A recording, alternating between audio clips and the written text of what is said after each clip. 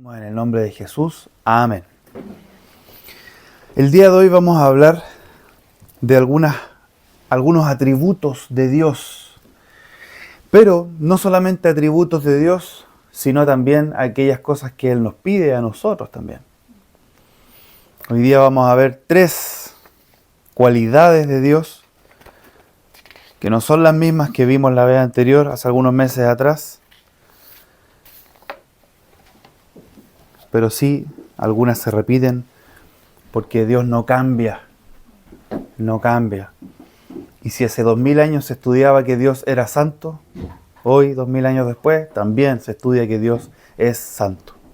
Esa es la primera característica. Vamos a ir a 1 Samuel, capítulo 2. No. Gracias, Luis. Gracias. 1 Samuel, capítulo 2. Vamos a volver a la vieja escuela, ¿ya? Con Biblia en mano, con cuaderno y lápiz, o celular, ¿ya? No me gusta tanto el celular, pero está bien, hay que modernizarse, hay que actualizarse. Dice la Escritura en 1 Samuel 2, 1 al 3, un cántico, dice cántico de Ana. Y Ana oró y dijo: mi corazón se regocija en Jehová. Mi poder se exalta en Jehová. Mi boca se ensanchó sobre mis enemigos, por cuanto me alegré en tu salvación. No hay santo como tú, Jehová, porque no hay ninguno fuera de ti, y no hay refugio como el Dios nuestro. Y luego aconseja: cesen las palabras arrogantes de vuestra boca, porque el Dios de todo saber es, ¿quién? Jehová. Y a Él toca pesar las acciones. La palabra de Dios describe a Jehová como santo. Cuando hablamos de la palabra santo, hablamos de apartado, algo que es distinto a los demás. Cuando Él nos llama a ser santos, la traducción es que nos llama a ser apartados. ¿De qué? Del mundo. Vivimos en este mundo, pero no somos de este mundo. Y Él nos llama a apartarnos, por tanto, de donde estamos viviendo, que es por un tiempo. No va a ser para siempre. Él es santo y nos llama a nosotros también a ser santos. Vamos a leer otra escritura, también del Antiguo Testamento, que está en Isaías 57. Isaías capítulo 57, versículo 15. Cuando estudiamos los atributos de Dios, además de conocer a Dios y saber cómo es Él, también para nosotros es una tranquilidad enorme, porque al saber cómo es Él, si nosotros somos hijos de Dios, vamos a saber entonces cómo es Él con nosotros. Decía el cántico de Ana: no hay refugio como el Dios nuestro. Para los hijos de Dios, saber que Dios es un refugio genera tranquilidad, porque frente a cualquier conflicto que estés viviendo, Él es tu refugio. Vamos a leer Isaías 57, 15. Dice así: porque así dijo el alto y sublime, el que habita la eternidad y cuyo nombre es el santo. 2 puntos. ¿Qué dice el alto y sublime? Dice así: yo habito en la altura y la santidad, y con el quebrantado y humilde de espíritu, para hacer vivir el espíritu de los humildes y para vivificar el corazón de los quebrantados.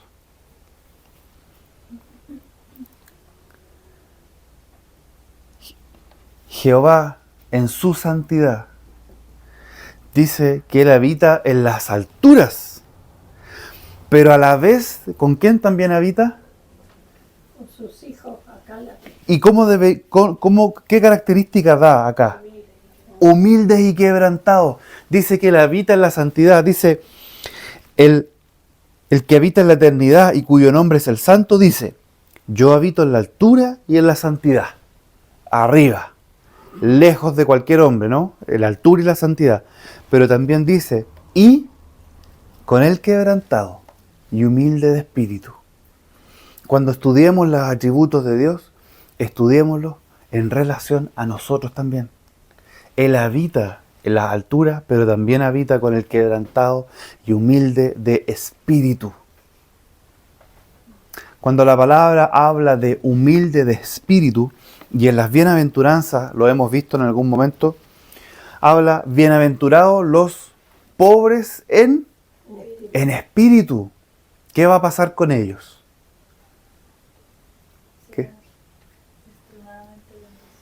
¿Serán bendecidos, dice la palabra? Busquen las bienaventuranzas. Búscalas tú, Ana, para no estar buscándolas todas. Hay una promesa para los quebrantados de espíritu, para los pobres de espíritu. Y cuando habla de pobreza, habla de mendigar. Habla la pobreza como alguien que mendiga, que pide. Un pobre en espíritu es un mendigo. El que no es pobre, ¿qué es lo que no hace? No pide. El pobre, como dice la palabra, mendigo, pide. Y clama todos los días. Y le pide al Señor su espíritu. Porque no puede vivir sin el espíritu. El salmista decía, quítame lo que quieras, pero no apartes de mí tu santo espíritu. ¿Quién era ese el que dijo eso? David, en el Salmo 51. Pero no apartes de mí tu santo espíritu. Vuélveme el gozo de tu salvación. Su Espíritu Santo está para aquellos que se lo mendigan. Mendíguenle, pídale al Señor. Como un mendigo pide en las calles. Necesitado. No como el que pide por tener un poco más. A veces pedimos con tanta tranquilidad sabiendo que tenemos todo lo demás. Y que si Dios no me responde la oración, en realidad no importa. Señor, dame esta necesidad. Pero en nuestro corazón sabemos, y esa es la verdad muchas veces, que si Dios no suple tal necesidad, no nos va ni nos viene. El mendigo no es así. El mendigo pide porque sabe que es lo único importante que puede recibir. No tiene más. Así dice el Señor que le pidamos. Y crezcamos en santidad. Levítico 11, 44, 45. Se dan cuenta que a diferencia de muchas otras veces estamos viendo muchas escrituras del Antiguo Testamento. 11:44. La santidad del Señor. 11:44 dice, sí, Levítico 11:44 y 45. Porque yo soy Jehová vuestro Dios. Vosotros, por tanto, díganlo ustedes, santificaréis. Dice, yo soy Jehová vuestro Dios. Entonces ustedes tienen que santificarse. ¿Para qué? Para ser santos. ¿Por qué? Porque yo soy santo, dice el Señor.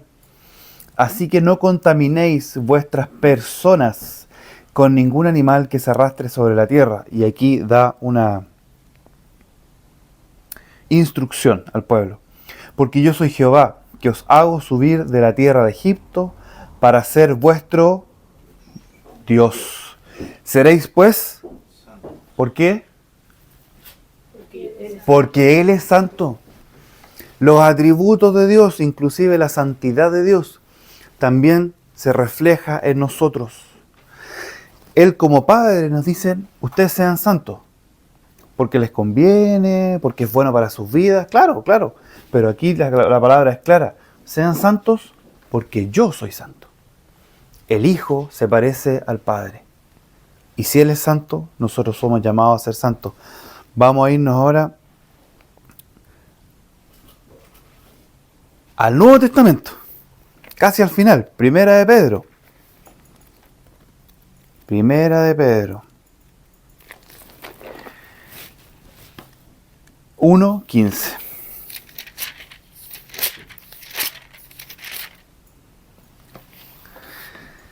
Y aquí dice Pedro,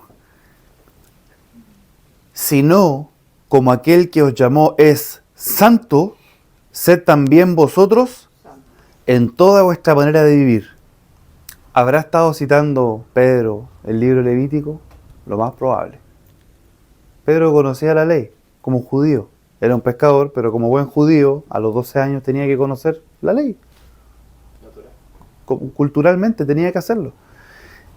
Y él dice, sino que como aquel que os llamó es santo, sed también vosotros santos.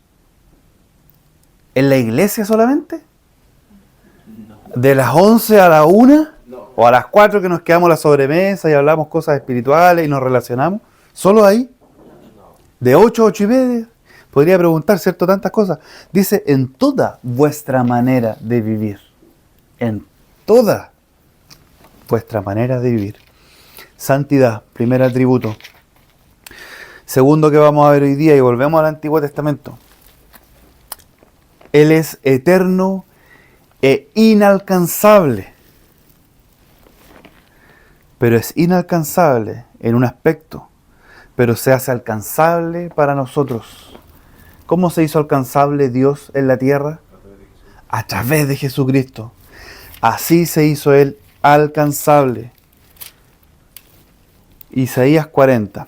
Dije Levítico, ¿no? Ya. Isaías 40, 28.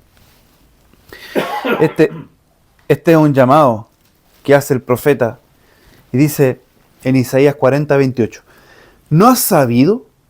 ¿No has oído que el Dios eterno es Jehová, el cual creó los confines de la tierra? No desfallece ni se fatiga con cansancio, y su entendimiento no hay quien lo alcance. Él da esfuerzo al cansado y multiplica las fuerzas al que no tiene ninguna. Ese es Dios, es incansable, no inalcanzable, me equivoqué, incansable. Él multiplica las fuerzas al que no tiene ninguna. Los muchachos, ¿qué pasa con los muchachos? Se fatigan y se cansan. Los jóvenes, ¿qué le pasa a los jóvenes? Se flaquean y caen. Pero los que esperan en Jehová, nuevas fuerzas, levantarán las alas como las águilas, correrán y no se cansarán, caminarán y no se fatigarán. Vemos nuestros pastores, Tomás y Paulina, avanzados en edad, yendo a Haití, yendo por aquí, yendo viajando hasta allá, volviendo, visitando la iglesia de La Serena. Han venido acá, Pastor Tomás, ¿cuántas veces? ¿Dos? Tres veces ha venido Pastor Tomás a la iglesia. 3 veces. Los jóvenes flaquean y caen. Los muchachos se fatigan y se cansan. No está diciendo que los jóvenes sean cansados, está comparando que aunque sean muchachos y sean jóvenes, se van a fatigar, se van a cansar, van a flaquear y van a caer. Y lo compara con los que esperan en Jehová. Sean jóvenes, sean viejos, los que esperan en Jehová. ¿Qué pasará con ellos? Tendrán nueva fuerza. Él dice la palabra en el versículo 28 al final, que no se fatiga con cansancio. Ese es un atributo de Dios. Jehová, el cual creó los confines de la tierra, no desfallece ni se fatiga con cansancio. ¿Y después qué? Para nosotros, lo mismo. Los que esperan en Jehová, ¿qué pasará? Las fuerzas serán renovadas. ¿Se dan cuenta que todos los atributos de Dios, en algún aspecto también Él los comparte con nosotros? Claramente. Su santidad no se compara a la mía, obviamente. El hecho de que Él no se canse no se compara con el hecho de que yo no me voy a cansar porque Él es Dios y yo soy hombre. Pero comparte su atributo. Como el Padre comparte con los genes los atributos al Hijo. Deuteronomio 33. Génesis, Éxodo, Levítico, Números, Deuteronomio. 33, 27. El eterno Dios es tu refugio, y acá abajo los brazos eternos.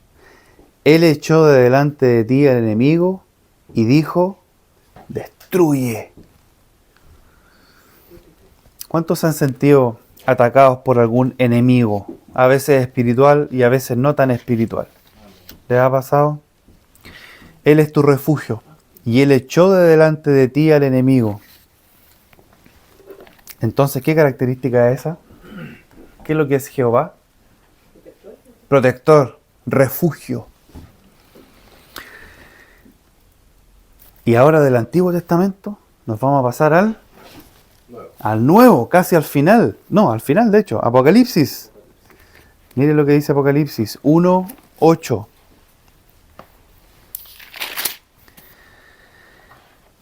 Jesús hablando en revelación a Juan. Dice, yo soy el alfa y la omega, principio y... ¿Qué más? Dice el Señor. Yo soy el alfa y el omega, el principio y el fin. El que es y el que ha, el todopoderoso. Él es el principio y Él es el fin. Vamos a volver al Antiguo Testamento. Jeremías.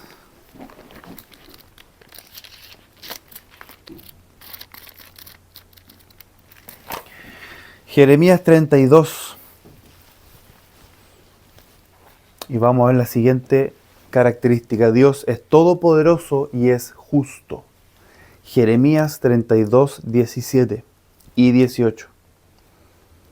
Dice, oh Señor Jehová, he aquí que tú hiciste el cielo y la tierra con tu gran poder y con tu brazo extendido. No hay nada que sea difícil para ti. Tú que haces misericordia a millares y... ¿Qué más hace? Castiga. Pero pastor, si Dios no castiga, Dios es amor, Dios es bueno, pero además de ser bueno, ¿qué más es? Es fuego consumidor. ¿Y qué más es? Justo. Dios es bueno, pero también es justo. ¿A quién castiga, dice? La maldad, castiga la maldad. Y miren, de los padres, ¿en quién los castiga? Sus hijos. Atención los padres entonces, todos los padres, principalmente aquí y también afuera, un mensaje para hablar a los padres. Él castiga la maldad de los padres, ¿en quién? O sea, el padre puede ser responsable de lo que le esté pasando al hijo, Sí. en algún aspecto sí, porque Dios castiga la maldad del padre en el hijo, y eso es justo. Mateo 19. Harta escritura hoy día, Harta escritura hoy día. Mateo 19, 24. Jesús está hablando de los ricos, de amar las riquezas. Y dice en el versículo 24, otra vez os digo que es más fácil pasar un camello por el ojo de una aguja que entrar un rico en el reino de Dios. Mateo 19, 24, Luis. Otra vez os digo que es más fácil pasar un camello por el ojo de una aguja que entrar un rico en el reino de Dios. Sus discípulos, oyendo esto, se asombraron en gran manera diciendo, entonces, ¿quién va a poder ser salvo? Y mirándolos Jesús les dijo, para los hombres esto es imposible, pero para Dios no hay nada imposible, o aquí dice, todo es posible. Él es todopoderoso. Y vamos a terminar con la última característica de hoy día. Misericordioso. A la vez que Él es amor y también es justicia, también es misericordioso. ¿Ha sido misericordioso el Señor con usted o no? Ha sido misericordioso, ¿no? ¿Y eso qué es la misericordia que hemos visto?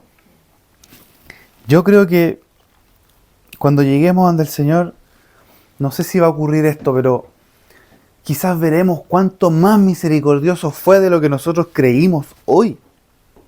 Hoy vemos una misericordia en cuanto a lo que estamos conscientes, pero dice que después vamos a ser conocidos como fuimos conocidos. Y yo creo que nuestra capacidad de entendimiento se va a ampliar al punto de que quizás vamos a entender que el Señor fue mucho más misericordioso de lo que nosotros pensamos. Y vamos a ver situaciones en las que nunca nos imaginamos que Él nos guardó y nos protegió. Cuando niños, cuando adultos. De cuántas cosas tuvo misericordia. Cuántos pecados ocultos tenemos hoy. Cuántas cosas ocultas existen que ni nosotros podemos ver. Y Él nos perdona día a día. Porque su misericordia, ¿cuánto se renueva? Cada día se renueva su misericordia. Vamos entonces al libro de Efesios. Efesios 2, del 4 al 5. Pero Dios, que es rico en, por su gran amor con que nos amó, aun estando nosotros muertos en pecados, nos dio vida juntamente ¿con quién? Con Cristo. Y un paréntesis que agrega aquí, que no está en el original, dice, por gracia sois salvos. Cuando ustedes vean paréntesis en la palabra, la mayoría de estos fueron agregados luego. Entonces, para cuando a ustedes le digan, sí, pero la palabra fue manipulada porque hubo gente que escribió encima, ustedes le dicen, sí, lo que escribieron encima lo hicieron en paréntesis, para que se diferenciara de los escritos originales de los agregados. Y no son muchos. Hay paréntesis y ustedes van a saber que esos no fueron escritos originales, sino que la gente que tradujo, en forma de explicación, agregó un paréntesis, como una nota al margen. Como lo que ahora se hace en algunas Biblias, acá abajo. Rico en misericordia, por su gran amor con que nos amó. Nos dio vida juntamente con Cristo. Y vamos a terminar con Primera de Juan. Y en este tiempo, en el cual va a haber un cambio en la iglesia, ¿cierto? Va a haber un proceso distinto para ustedes. Para mí también va a haber un proceso distinto en otro aspecto. Es tiempo de que esta misericordia, así como todos los atributos que Él tiene, lo comparte con nosotros. Su misericordia, ¿será que también nos pide ser misericordiosos? Si Él ama, ¿será que nos pide a nosotros amar? Por supuesto que sí. 4:7, Primera de Juan 4:7. Dice el apóstol, amados, amémonos unos a otros, porque el amor es ¿de quién? Es de Dios. El que ama, ¿qué pasa con él? Es nacido de Dios. ¿Y qué pasa con Dios? Y conoce a Dios. Entonces ustedes quieren saber si conocen a Dios y si han nacido de nuevo, como hemos hablado otras veces, vean si están amando. Como dice la palabra, 1 Corintios 13. Oramos en la mañana de eso, 1 Corintios 13. El amor todo lo sufre, todo lo espera, todo lo soporta. Tarea, leer 1 Corintios 13, ¿ya? Anótelo como tarea. El que no ama, ¿qué pasa con el que no ama? No ha conocido a Dios, porque Dios es amor. En esto se mostró el amor de Dios para con nosotros, en que Dios envió a su Hijo unigénito al mundo para que vivamos por Él.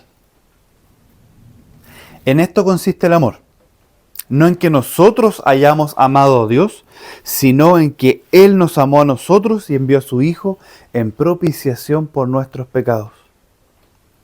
Amados, si Dios nos ha amado así, debemos también nosotros amarnos los unos a los otros. Se viene un tiempo para la iglesia especial y es muy bueno.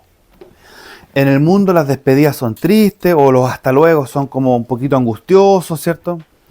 Pero en el Señor son con esperanza. Va a haber un proceso ahora distinto. donde yo voy a crecer, ustedes van a crecer, va a haber otra persona aquí durante 3 meses solamente, si el Señor así lo quiere, por supuesto. y vamos a crecer. Y va a ser un tiempo de esperanza, un tiempo de crecimiento espiritual y de amarnos los unos a los otros. Les pido que nos pongamos de pie y terminemos orando al Señor. Señor, te damos gracias por tu palabra.